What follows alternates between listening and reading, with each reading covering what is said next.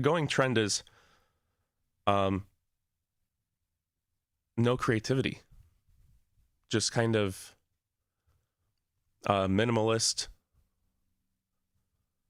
dare I say, boring. And I see a possible trend of not inspiring our youth or being inspired ourselves. And maybe companies or once companies are afraid to express themselves, whether it be in their logo or their marketing, or if they're following a trend or copying something, that kind of translates, maybe not immediately, but there's a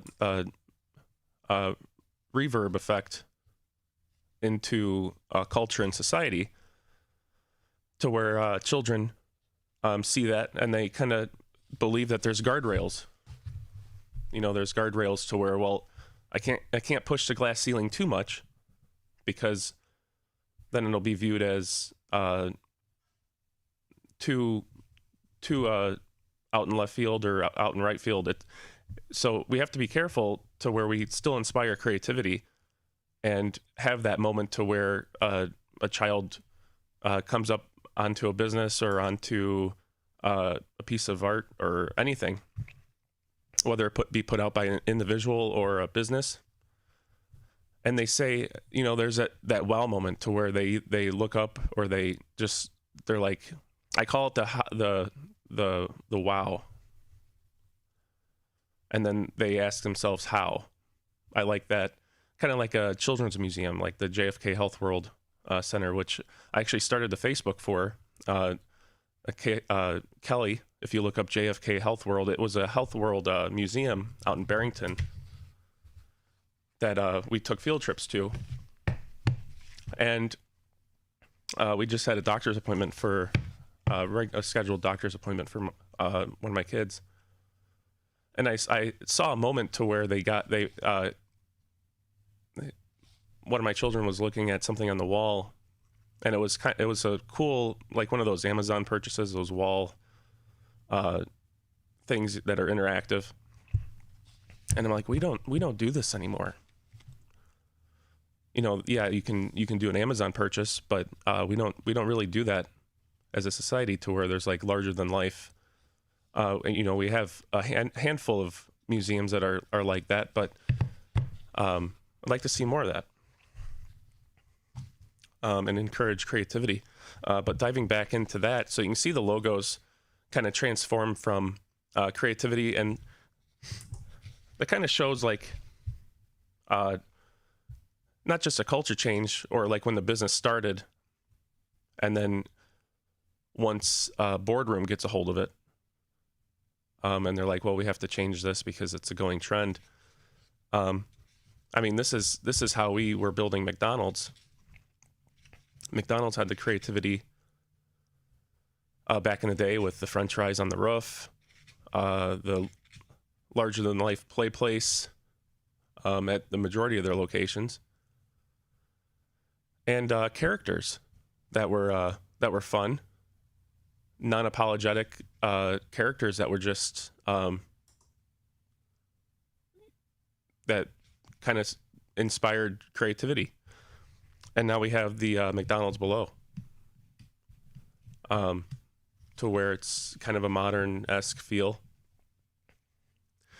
And they say history repeats itself. I'm a believer that it echoes itself, to where we can kind of that doesn't necessarily always repeat, but it does echo, to where we can, I believe, shopping malls will be a thing again once we start wanting to hang out with one another. And as a culture, we want to, start shopping together and being in the same place. And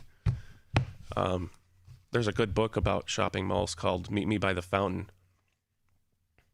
that I have. It's just about the shopping mall culture, and with fashion, like this really fashionable vest that I got from Farm and Fleet. It's hard to be a trendsetter. But yeah, it's something as simple as a doorbell. Like, this was our standard doorbell that, it was ornate. We'd go to Home Depot, Ace, pick one of these up, and now every house has one that looks like this, and it's the same style. So it's all kind of getting uniform, and I want my kids to grow up in a world that's inspiring and creative. And one of the simplest ways is, if you're this is from a snapshot from Family Guy, but they did a bit about the wacky inflatable flailing arm man, and you see those at like businesses for events and stuff. And even right here in Cary, we have our village code considers these the wacky inflatable flailing arm person to be attention-getting devices. And I've every time we pass one of these, my kids are always like ecstatic, and they get a reaction, and they're like, "Wow, look at that!" And I think it goes past more than just a business wanting to get, people in the door. I think it goes into culture, to where once we take that magic out of not only ourselves but our kids, it's kind of hard to claw our way back, and it might take generations. So I'll go through the prohibited signs. It's flashing signs, marquee signs, animated signs, obstructive signs, off-premise signs, signs painted directly on a building wall or fence, portable signs, vehicle signs, roof signs, signs affixed to utility poles or trees, signs affixed to fire escapes, signs creating traffic hazards, signs erected with proper permits, without proper permits, signs in the public right-of-way, signs related to abandoned uses or activities, unsafe signs, outline lighting, pole signs, attention-getting devices, like the wacky inflatable flailing arm person, and box signs. I am not saying that all regulatory is bad. Like if you had a wacky inflatable flailing arm person that was blocking the view of traffic, like in an intersection, and it's causing a traffic hazard, yeah, that makes sense. I'm all for that. I'm just saying eventually everything becomes illegal, and our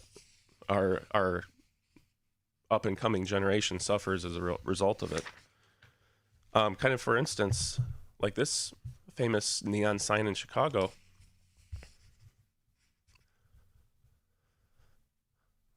Like larger than life, fun, expressive, and then around the clock in Crystal Lake. Do you think in today's world somebody can pull the permits to build something like that? So we gotta get back to being creative, and making sure our children don't suffer as a result of it.